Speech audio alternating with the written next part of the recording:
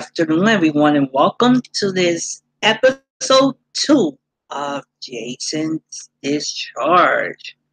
And this is your host, Jason Anthony Pinheiro, from his headquarters at Farm Hill, Brooklyn. This episode will cover pretty much what was discussed on Monday and this morning. But let's focus more on what happened this morning, shall we? And we started the day with this. Williams.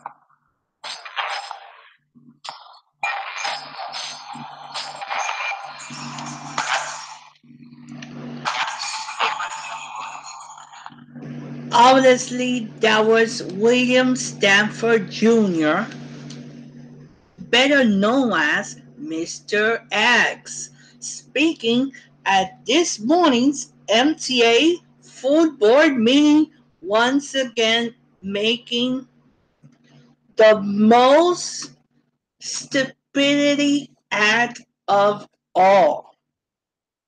And of course, he has been attending almost every single public hearing regarding the fare and toll increases. And of course, we attended 3 of them. We live streamed those 3 that we attended, the one in Manhattan, the one in Brooklyn, and the one in Queens that was last night. And of course, Mr. X in all 3, and I'm assuming in the Bronx and in Staten Island, he makes these, let's say, inappropriate comments towards certain people inside the MTA, including Chief Operating Officer and former New York City Transit President Ronnie Hinckham. And Mr. X has a very, very bad reputation with the MTA. But not only we had to hear from him, we had to hear also from Murray Bowden. But of course, Murray Bowden wasn't as cynical like he was back on Monday. But obviously, in my speech, I was thanked by our fellow contributor, and that is Matt Camper. And of course, right after the meeting, I was approached by Randy Glocksman, and he praised me of mentioning the daily frustration that him and Oren gets uh, face on the Pascagoula Valley line on the west of Hudson side of things. And of course, we have um, New York Post reporter Daniel Fafaro said that the writers are the ones that were forced to hold the responsibility for the cost of overruns, said board member Frank Vanderpool.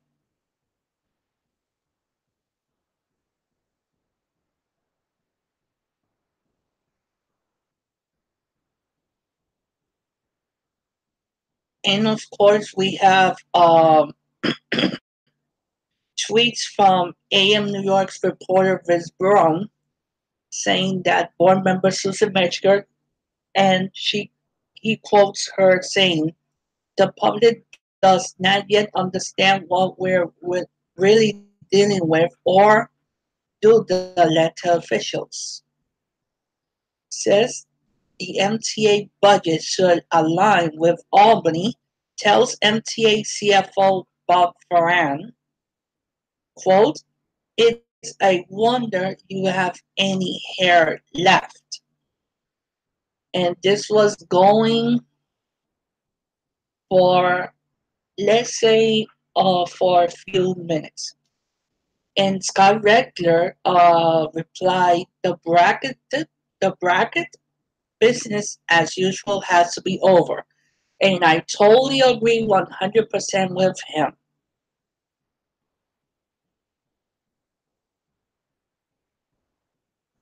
But, um,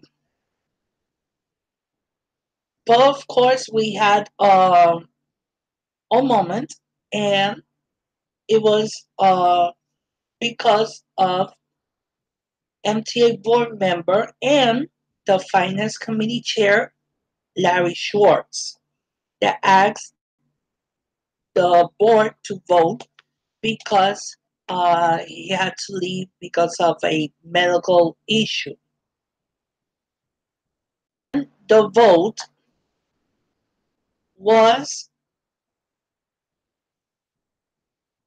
basically the budget for 2019. It got approved, but only two people abstained. And one of them was Veronica Vanderpool, and the other one was Paul Weisbrod. And of course, we totally agree with Peter Ward, who is against the fair and toll increases that will affect once again the accessory riders and those who live in Staten Island. And obviously, Foster Reed Mertler mentioning that the MTA has to think outside the box, like I mentioned in my speech.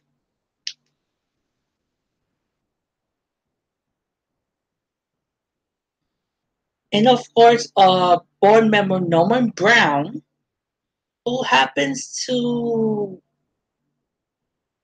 live here in Brooklyn, we had a small conversation in the elevator after the meeting.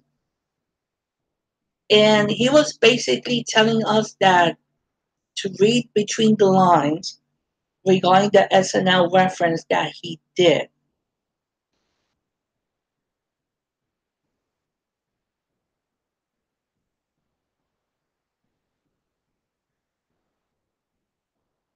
And of course, we totally agree with New York City DOT Director Polly Trottenberg regarding that we have to wait until Albany to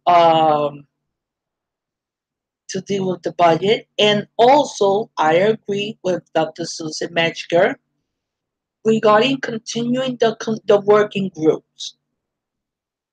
And the working groups uh, has demonstrated that it works, but it has to be done more quicker. And also, we tweeted that acting chair Freddie Farrell ordered a hiring freeze for non-essential employees.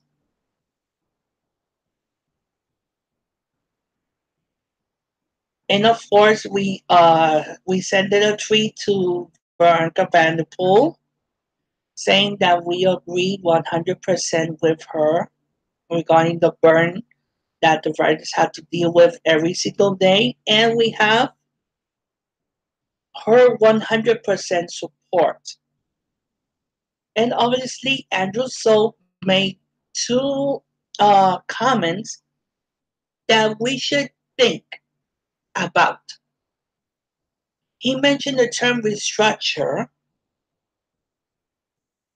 and pointing fingers at management and the board, including himself, that are the architects of the crisis that we are in since 2010.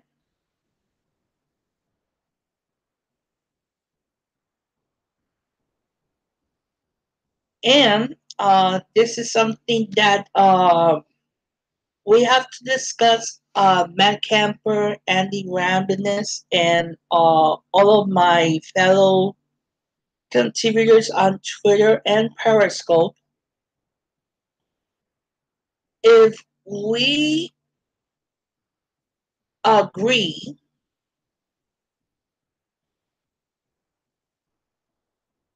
to merge Logan Borough and New Jersey Transit as a entity. So, with this in mind, we're gonna um, we're gonna show the press conference that we live stream on Periscope, and you're gonna hear the different questions from the different reporters. The like we call them the usual suspects, starting with Vince Barone, continuing with Emma Fitzsimmons, Dana Rothstein, among others, including Jose Martinez, Fabiola Galindo, and Eliezer Malte of Telemundo 47. That obviously, let's say less than an hour from now, Telemundo will have its 5 o'clock newscast that obviously I'll come out. And this will be a slap to the face on almost all of those people that were sitting in the press conference in that line. So let's take a listen to every single question.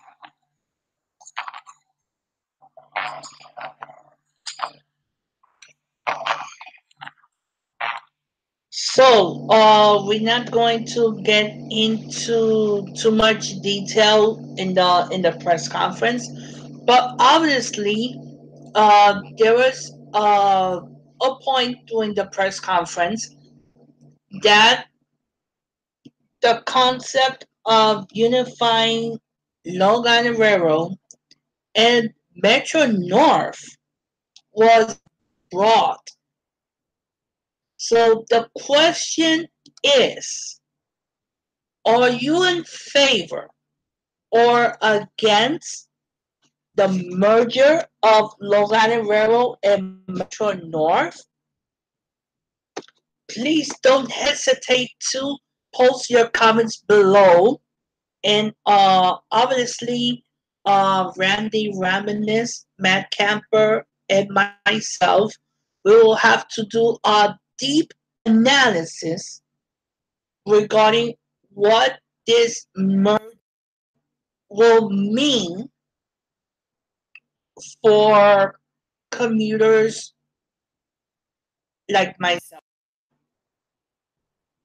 that uses Metro North and Long Island Railroad. What will mean for Matt Camper that uses Long Island Railroad every single day?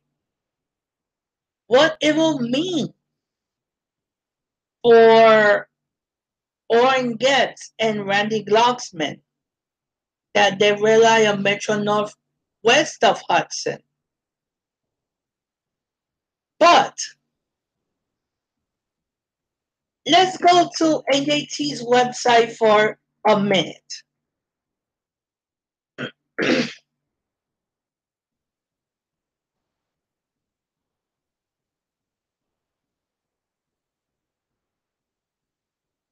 This is the new approach that New Jersey Transit Corporation and its subsidiaries, New Jersey Transit Rail Operations Inc., New Jersey Transit Bus Operations Inc., New Jersey Transit Mercer Inc., and New Jersey Transit Morris Inc.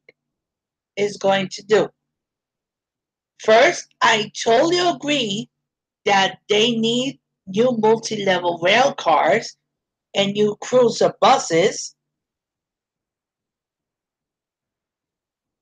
But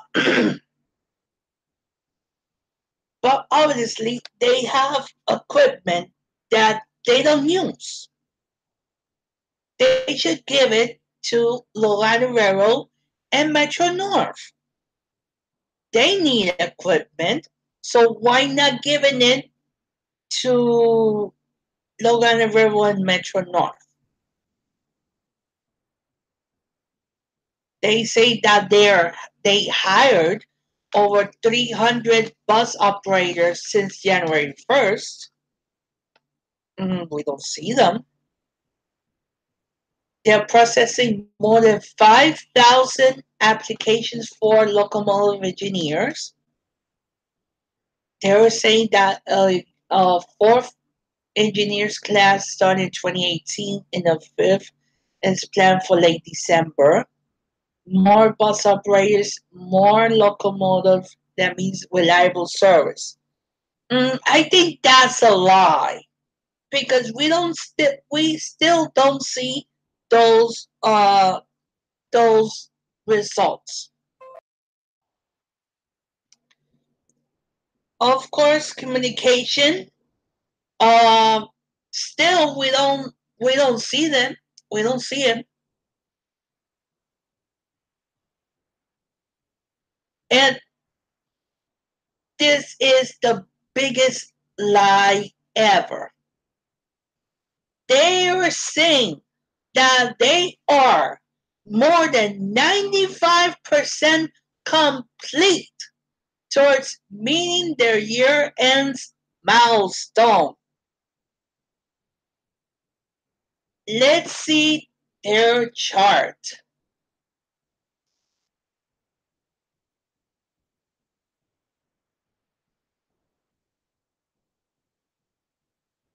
Well, this is it. This is it. And this is data from November 30th. I wonder why Kevin Corbett doesn't update this often.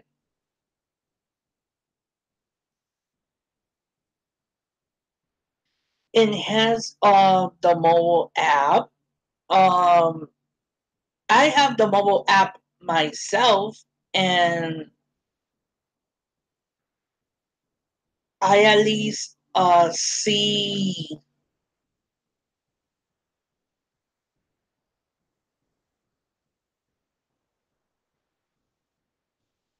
All right, we have a reply from our contributor man camper, and he replied this. Let's go to the notifications area.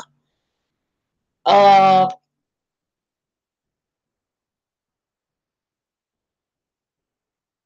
and he posted, I feel that the Long Island Railroad and Metro North merge, all the favoritism will go mostly to Metro North, east of Hudson. Matt, if you're referring Metro North like system wide, like the Hudson line, Harlem line, or New Haven line. And I totally agree with you regarding the freaking goddamn Babylon branch. While everybody else is gonna get screwed over because of who? Elisa Pica. Elisa Pica should be fired. She should have gone with Patrick Nowakowski. And I forgot to mention, Colton DeLuza. He did a wonderful speech in behalf of elected Congresswoman Alexandria Ocasio Cortez. And obviously, there is more to come. But returning regarding New Jersey Transit Corporation.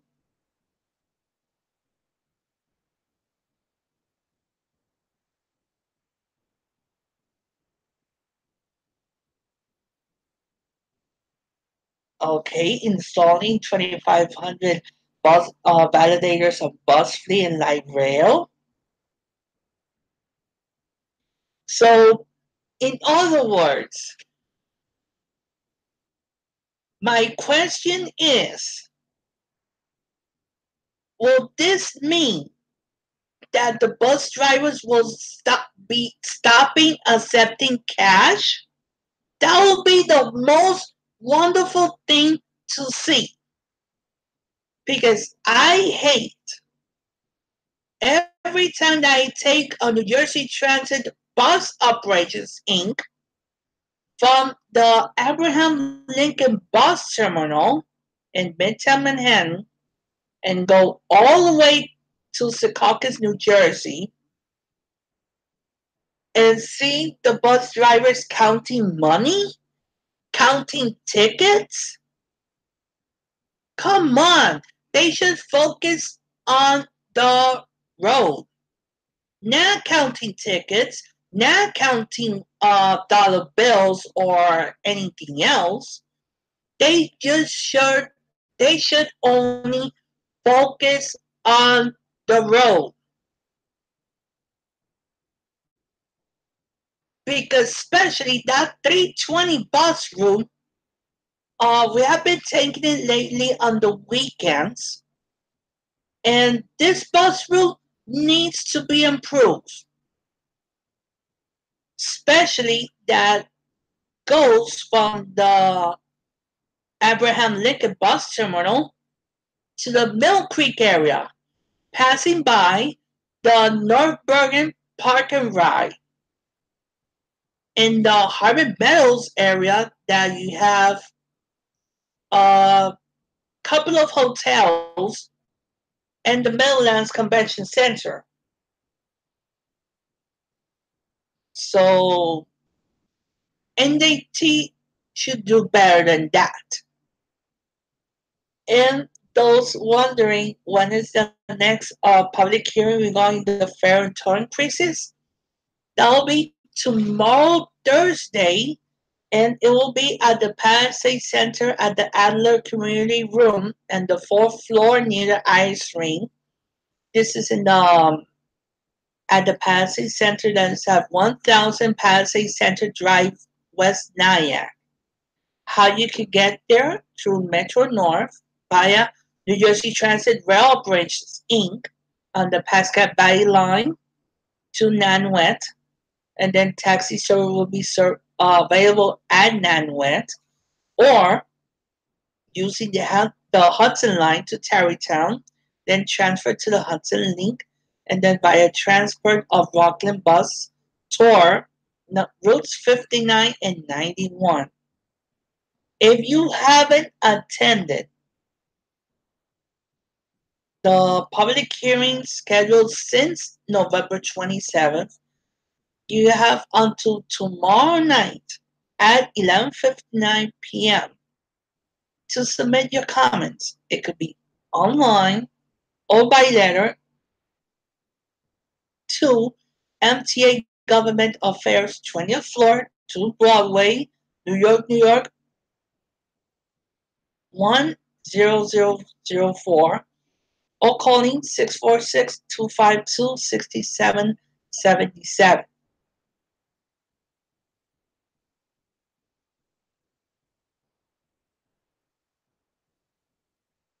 And as a reminder, the MTA board voted for the 2019 budget, not for the potential fare and toll increases. That vote will come at January 24th. And we hope that we could be there. And most likely, it will happen the same thing that happened back in 2015, 2016, that the base fare didn't go up because of pressure of accessory riders. And like I was mentioning to Fabiola Galindo and to Eliezer Malte from Telemundo,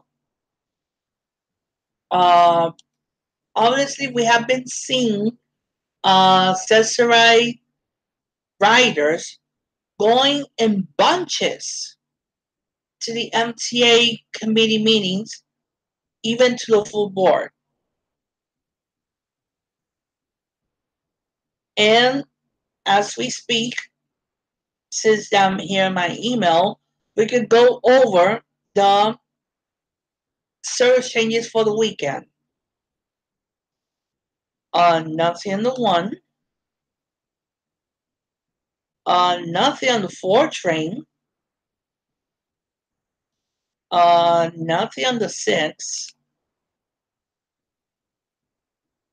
On the A, we have downtown A trains will run express from 125th Street to 59th Street, Columbus Circle, because of station enhancements along Central Park West. And during the weekend, A trains will stop at 163rd, 155th, and 135th because of station maintenance.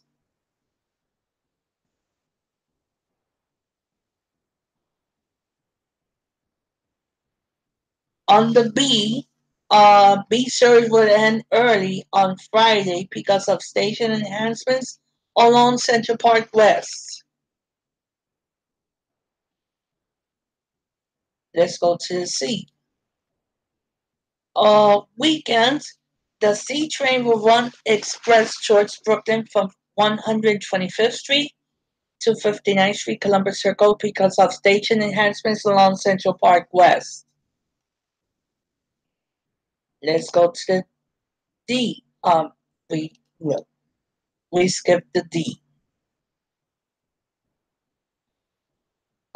This weekend, the D will be rewarded by the N in both directions because of station improvements.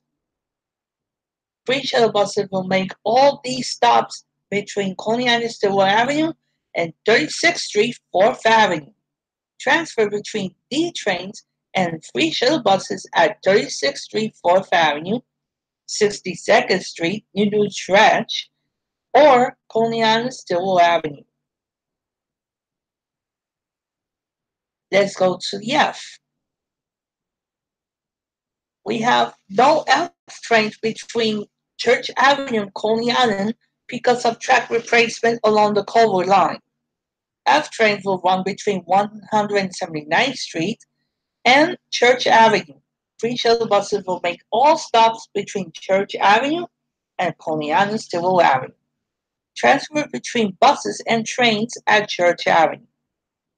For service between downtown Brooklyn / Manhattan and Coney Island, you can take the D, N, or Q trains. And also, the F train will be running on the E in both directions between Jackson Heights Roosevelt Avenue and 4750th Street because of maintenance, because of station enhancements, and use the E or R to complete your trip by a transfer at Jackson Heights Roosevelt Avenue and 34th Street Howell Square. The R will serve 21st Street Queensbridge days and evenings. The R will serve 21st Street Queensbridge, Roosevelt Island, and Lexington Avenue, 63rd Street days and evenings. And also, as a reminder, E trains will run on the R line between Queens Plaza and Whitehall Street. And E and F trains will run local in both directions along Queens Boulevard because of electrical improvements along Queens Boulevard. And also, we have no G trains between Bedford Nostrand Avenue and Court Square because of track maintenance along the crosstown line. G trains will run between Church Avenue and Bedford Nostrand Avenue. Free shuttle buses will provide alternate service between Bedford Nostrand Avenue and Court Square. Transfer between trains and shuttle buses at Bedford Nostrand Avenue.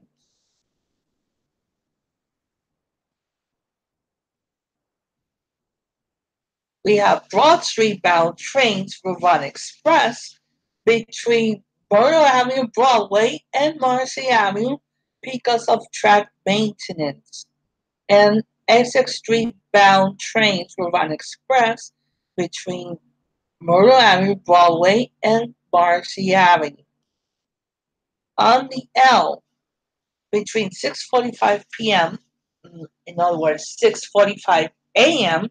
and 7 p.m., Saturday and Sunday, L trains will run in two sections with reduced frequencies because of track maintenance along the Canarsie line. The first will be between 8th Avenue, Manhattan, and Broadway Junction, Eastern Parkway, Fulton Street, and Van Sinderen Avenue, running every 8 minutes.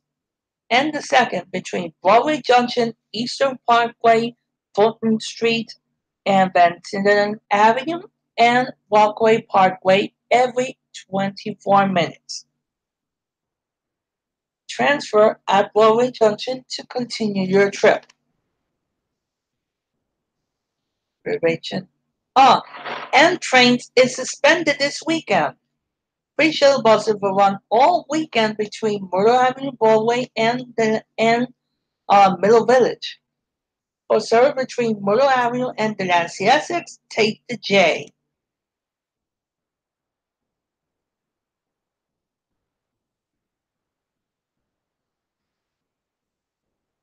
And we have late nights. Queensbound N trains will be running over the Manhattan Bridge between Saturday and Sunday because of urgent track repairs along the Montague Tunnel.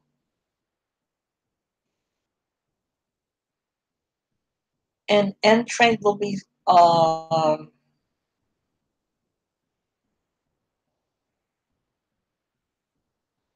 and Astoria bound train will be skipping 36th Avenue and 30th Avenue.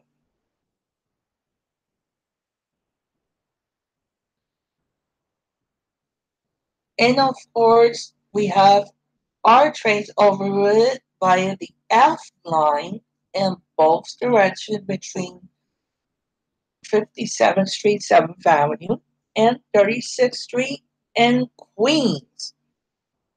This is because in the modernization for 5th Avenue, 53rd, 59th Street, and Lexington Avenue, 59th Street, take the N or use the nearby 59th Street on the 4, 5, and 6 trains via transfer at Lexington Avenue, 53rd Street, or 14th Street, Union Square. For Queens Plaza, take the E. Transfer at Times Square, 42nd Street, Port Authority Bus Terminal, ER, 57th Street, 7th Avenue, NR, or Jackson Heights, Roosevelt Avenue, ER. And during late nights, N trains will be replacing the R between Atlantic Avenue, Barclays Center, and Whitehall Street. R trains will be running between Bay Ridge and Atlantic Avenue, Barclays Center, and Ronnie Express between Atlantic Avenue, Barclays Center, and 36th Street, 4th Avenue, and both directions. And on Sunday between 6 a.m. and 5 p.m., Forest Hills bound trains will run over the Manhattan Bridge between DeKalb Avenue and Canal Street. This is because of urgent track repairs.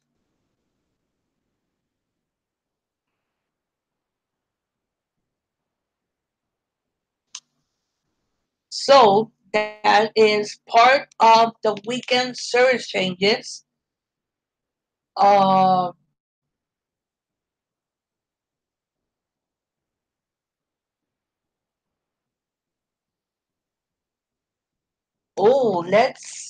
let's read what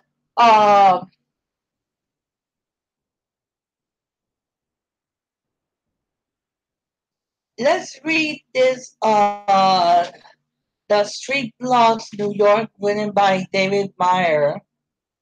Governor Cuomo leaves the MTA board no choice, so you're getting a fair hike. Realizing their dire financial situation,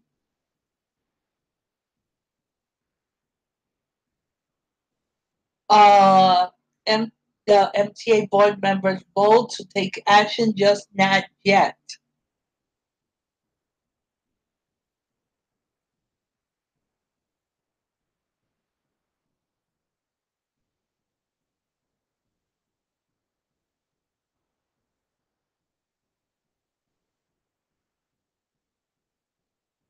And of course, Andrew Souls from Westchester and Peter Ward.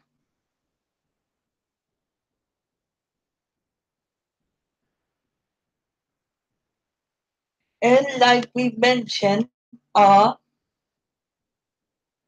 of the 14 members, only Carl Wallace Broad and Veronica Vanderpool.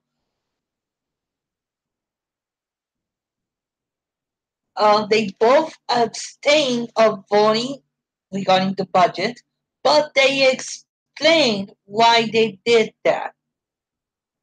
And of course, financial chair Larry Schwartz of Cuomo Ally committed to spending 2019 aggressively and proactively, changing the structure of the MTA.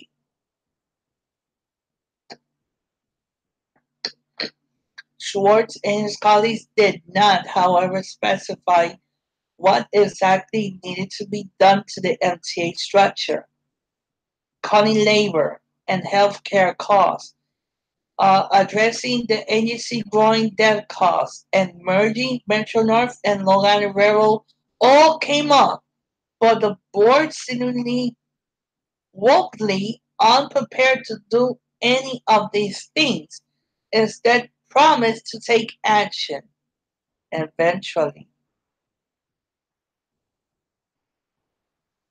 Only one member, Ira Greenberg, who does not have a vote, called out the need for the governor and the city to follow through their financial commitments to the agency's capital plan.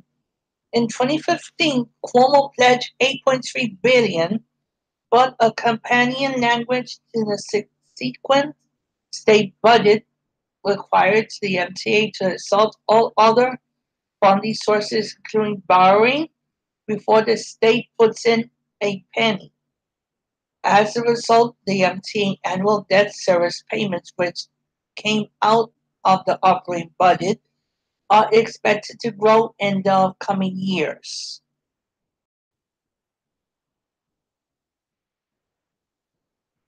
So, having this in mind, let's digest what happened today.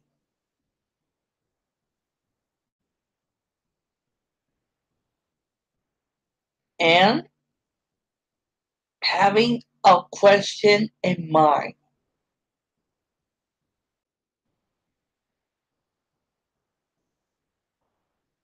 Would you be in favor or against a potential merger between Long Island Railroad and Metro North?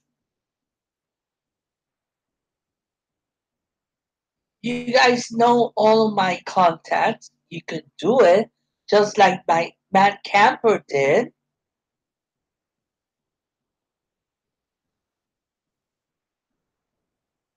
So let's see what happens on January.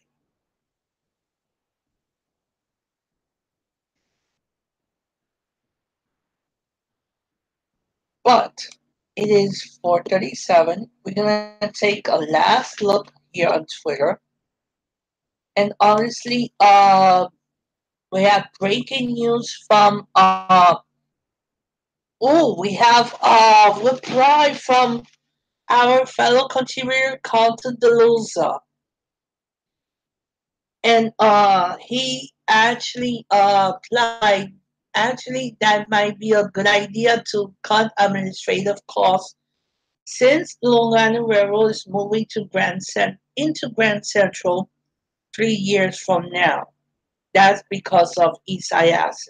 It's not because the Long Island Railroad is moving permanently to Grand Central. That's not the case. The case is that things should be done without putting any burden, let's say additional burden, to the commuters. For example, let's go to my Twitter page and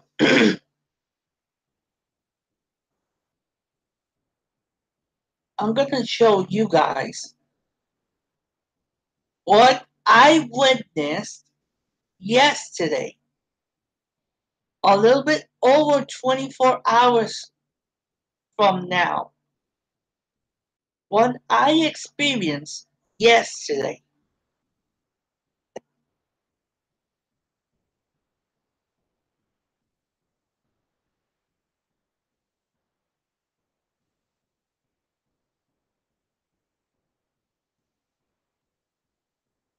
I was in the 332 train from Atlanta, Brooklyn to Hempstead, and the conductor didn't tell this person right here, who happened to be on the phone, to pay her fare, or not even showing the e-tix app. And what did I get from the Long Island Railroad? This. They assumed that she displayed a valid pass to the conductor.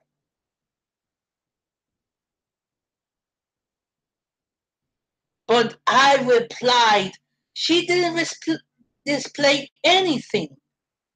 And two of my fellow contributors here on Twitter,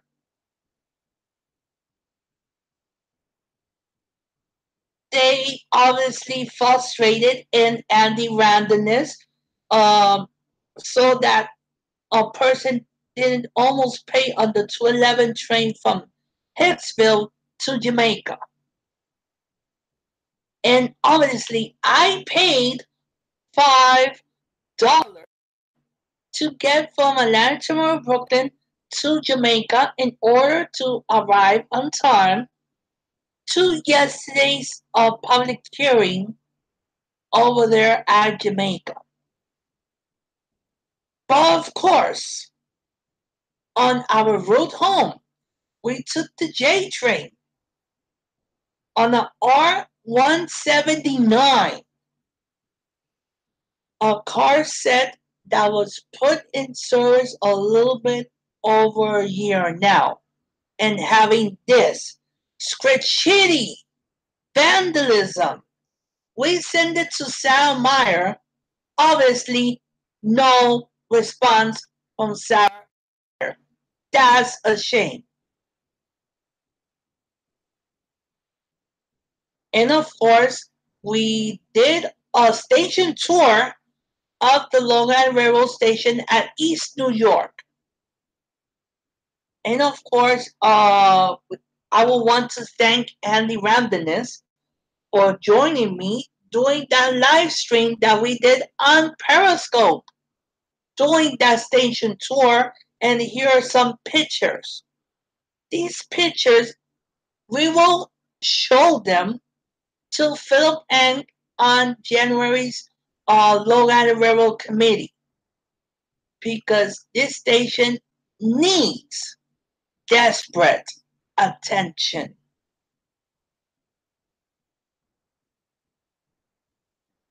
And we're talking about a Long Island Railroad station within the city limits.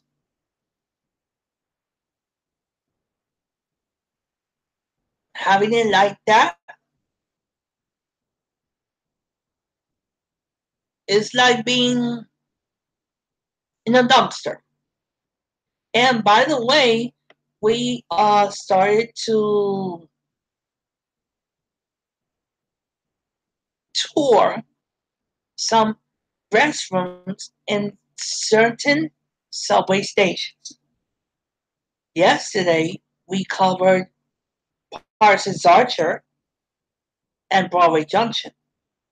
This afternoon, we covered Whitehall Street. And soon we're going to compile all these videos and we're going to merge them into one. Now you guys can see how are these bathrooms in the subway stations. It's a horrible disgrace. And we cannot ask enough. So, if you have any ideas,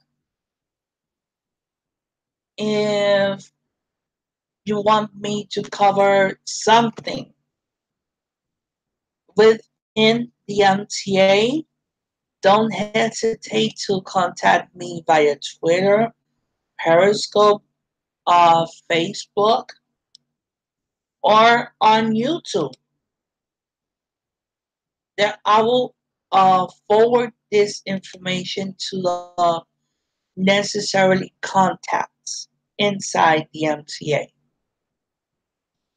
But having that in mind, I'm going to leave you guys with this question that you guys could think about it. Would you be in favor or would you be against a merger between Long Island Railroad and Metro North? Could it be just like New Jersey Transit Rail Operations Inc.? It could be better. It could be worse. We already saw what Matt Kemper told us. He thinks that is going to benefit only Metro North and the Babylon branch on the Long Island Railroad, not the main line, not the Port Jefferson branch that obviously Philip N uses every single day from Smithtown. It's not going to benefit the Ronkonkoma branch. It's not going to benefit the Montauk branch. Not even the Fall Rockaway branch, the West Hempstead branch, the Hempstead branch, etc., etc., etc. It's only going to benefit on certain demographics. And the demographics are clear. And like I said during my speech, and I'm going to say it again, I hope that every single county executive from the following counties that we're going to mention hopes to get the message: Nassau, Norfolk, Fairfield, Connecticut, New Haven, Connecticut, Westchester, Rockland County, Orange County, Putnam County, Ulster County, Sullivan County, Dutchess County,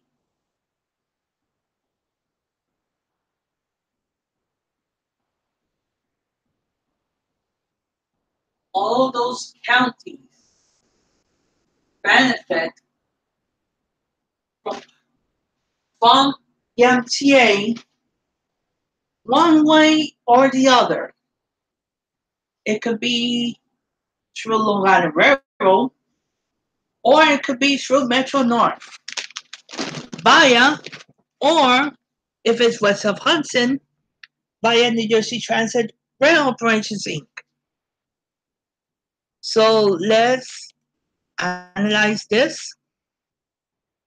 Um, I would love to have a more in-depth analysis with all of my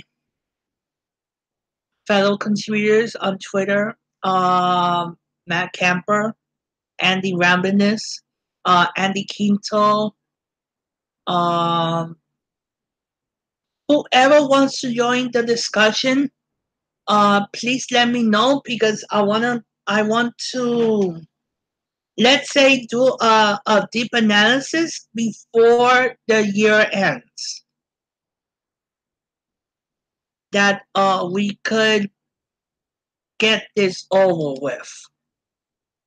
So, having that in mind, I want to thank everybody that joined us on this episode 2 of Jason's Discharge.